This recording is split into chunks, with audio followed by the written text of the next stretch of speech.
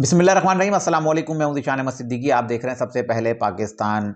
Supreme court of Pakistan ने इंतखाबात में ताख़ीर के तमाम हरबे नाकाम बना दिए। बलूचिस्तान हाई कोर्ट में दायर दरख्वास्त जिसमें क्वेटा की 2 सूबाई असम्बली की नशिस्तों पर एतराज़ात किए गए थे, इस पर समाअत हुई थी बलूचिस्तान हाई कोर्ट में और एक फ़ैसला दिया गया था। उस फैसले को सुप्रीम कोर्ट ऑफ पाकिस्तान ने कलअदम करार दे दिया। सुप्रीम कोर्ट ऑफ पाकिस्तान के कायम मुकाम चीफ जस्टिस सरदार तारिक मसूद के मुताबिक इंतखाबी शेड्यूल जारी होने के बाद हल्का बंदियों पर एतराज़ नहीं हो सकता। इसके अलावा जस्टिस अतहर मुनल्ला ने भी कहा कि इलेक्शन कमीशन ऑफ पाकिस्तान के काम में किस तरह से हाई कोर्ट्स मदाखलत कर सकती हैं। उन्होंने कहा कि इलेक्शन कमीशन ऑफ पाकिस्तान के लिए एक बड़ा चैलेंज है कि वो किस तरह से इंतखाबात कराते हैं, बल्कि उन्होंने कहा कि शफाफ इंतखाबात कराना इलेक्शन कमीशन ऑफ पाकिस्तान का जो है आइनी और कानूनी जो है उनका एक फ़रीज़ा है। और उन्होंने कहा कि इलेक्शन जो है अपने मुकर्ररा वक्त पर ही होंगे। इसके अलावा दूसरा इलेक्शन कमीशन ऑफ पाकिस्तान ने जो आरओस और डीआरओस की तैनातियाँ की थी, उस पर अब बाकायदा कल से जो है उनकी ट्रेनिंग्स का आगाज़ किया जा रहा है और तकरीबन 859 आरओस और 144 डीआरओस की जो है ट्रेनिंग की जाएगी और इन तमाम आरओस की जो ट्रेनिंग है वो डिवीज़न की सतह पर की जाएगी। अब बाकायदा जो है तमाम चीज़ें वाज़ेह होती जा रही हैं कि इलेक्शन जो होने थे 2024 में 8 फरवरी 2024 को, उसमें जो अभाम पैदा किया जा रहा था, अब ये चीज़ तो क्लियर हो गई कि इलेक्शन अपने मुकर्ररा वक़्त पर ही होंगे। इसके अलावा खबर चल रही है ना बहुत सारी कि मियाँ साहब के हवाले से कि मियाँ नवाज़ शरीफ साहब को जो एक ग्रीन सिग्नल मिला था और उनके इत्तेहादी थे और वो सीट एडजस्टमेंट के करके जो है लंदन से वापस वतन वापस आए थे और यहाँ आके इन्होंने बहुत से लोगों से जो वादे किए थे कि जिन-जिन लोगों ने उनसे मुलाकातें की, जिनसे उनकी सीट एडजस्टमेंट हो रही है, जिनसे उनके मामलात तय होने हैं। जिसमें सबसे सर-ए-फ़हरिस्त है इस्तेहकाम पाकिस्तान पार्टी।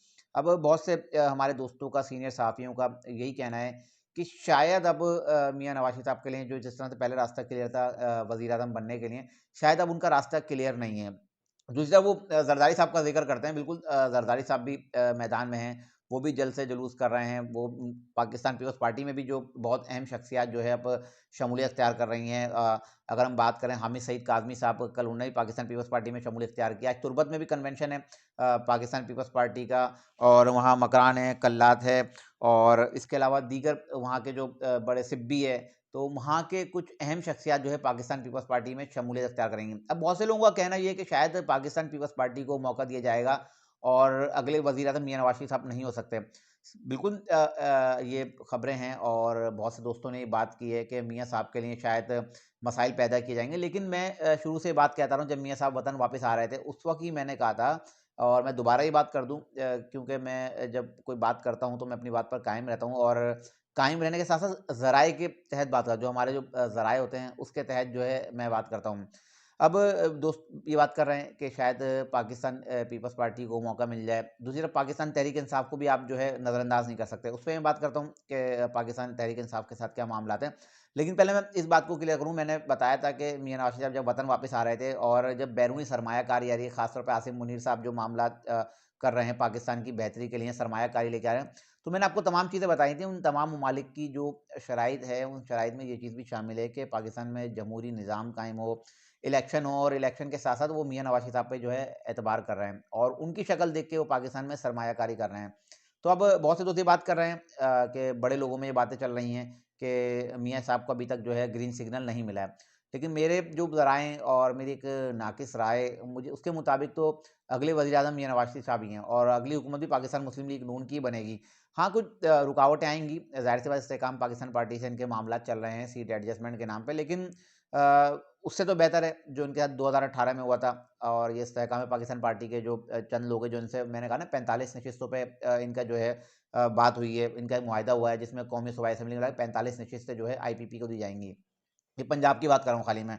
तो उसपे जो है पाकिस्तान मुस्लिम लीग नून जो है कंप्रोमाइज़ करेगी और वो इस्तेहकाम पाकिस्तान पार्टी से जो है हाथ मिला के रखेगी। और अगले वज़ीर-ए-आज़म जो मैं क्लियर ही करता चलूँ ना, तो अगली हुकूमत पाकिस्तान मुस्लिम लीग नून की है और अगले वज़ीर-ए-आज़म भी मियाँ मोहम्मद नवाज़ शरीफ साहब ही होंगे। अच्छा, दूसरी मैं बात कर रहा था पाकिस्तान तहरीक-ए-इंसाफ की। इलेक्शन कमीशन ऑफ पाकिस्तान में आज इंटर पार्टी इलेक्शन केस जो चला ना, उस पे समाअत हुई थी। पाकिस्तान तहरीक-ए-इंसाफ के जो है वुकला पेश हुए बैरिस्टर ज़फ़र अली और उन्होंने बताया कि जो भी दरख़्वास्तें दायर की गई हैं ना इंटर पार्टी इलेक्शन के हवाले से, उन तमाम दरख़्वास्तों को मुस्तरद किया जाए। क्योंकि जिन लोगों ने भी दरख़्वास्तें दी हैं ना कि इंटर पार्टी इलेक्शन कल अदम करार दिए हैं, उन्होंने आइनी पॉइंट्स उसमें कोई नहीं दिए। वो आइनी कोई पॉइंट्स बताएँ और उन शख्स को और उन अशख़ास को जो है पाकिस्तान तहरीक-ए-इंसाफ़ के इंट्रा पार्टी इलेक्शन लड़ने का इख्तियार ही नहीं है, जो पाकिस्तान तहरीक-ए-इंसाफ़ के जो है मेंबर्स ही नहीं है। उस पर इलेक्शन कमीशन के एक मेंबर ने कहा कि आपने जो है मुकाम भी नहीं बताया कि आपने इलेक्शन कहाँ कराए, आपने तो अपने तौर पे इलेक्शन कराया और एक जो है इसका इंटर पार्टी इलेक्शन का रिजल्ट लाके इलेक्शन कमीशन ऑफ पाकिस्तान में जमा करा दिया। तो उस पे जो है चीफ इलेक्शन कमिश्नर जो है उन्होंने एक बात की, उन्होंने कहा अब तो जलसे भी जो है इंटरनेट पर हो रहे हैं। तो उस पे वहाँ कह के लगे, लेकिन जो एक फैसला किया गया था इलेक्शन कमीशन ऑफ पाकिस्तान की जानिब से इंटर पार्टी इलेक्शन पर, वो अब महफूज कर लिया गया है। और अगर ये सिर्फ पाकिस्तान मुस्लिम लीग नून के लिए एक सूरत में जो है मुश्किल हो सकती है, अगर बैलेट पेपर पर बल्ले का निशान रहता है। क्योंकि मैंने बताया ना कि पाकिस्तान पीपल्स पार्टी के खिलाफ सारे हो गए हैं, और जब बल्ले का निशान बैलेट पेपर पर आता है, तो हो सकता है पाकिस्तान पीपल्स पार्टी आखिर टाइम पे पाकिस्तान तहरीक इंसाफ से इत्तेहाद कर ले। तो उस सूरत में पाकिस्तान मुस्लिम लीग नून के लिए मुश्किल हो सकती है, मियाँ साहब के लिए मुश्किल हो सकती है। लेकिन इतनी मुश्किल नहीं होगी कि वो जो है वज़ीर आज़म ना बन सकें। अलबत्ता पाकिस्तान पीपल्स पार्टी सिंध बचाने में कामयाब हो जाएगी, और बलूचिस्तान में पीपल्स पार्टी के डेरे में बता चुका हूँ कि बलूचिस्तान में पाकिस्तान मुस्लिम लीग नून की हुकूमत होगी। केपीके का भी मैं बता चुका हूँ कि वहाँ मिला-जुला रद्द-ए-अमल है। शायद पाकिस्तान तहरीक-ए-इंसाफ इस वक़्त मज़बूत है, लेकिन हो सकता है किसी तरह से कोशिशें करके पाकिस्तान मुस्लिम लीग नून, जेयूआई, एएनपी और इनके इत्तेहादी जो है हुकूमत बनाने में वहाँ भी जो है कामयाब हो जाएँगे। ये थी आज की कुछ खबरें जिनके साथ मैं हाज़िर हुआ था। इंशाल्लाह मज़ीद खबरों और नए तजज़िये के साथ फिर हाज़िर होऊँगा। तब तक के लिए इजाज़त दीजिए। अल्लाह हाफ़िज़।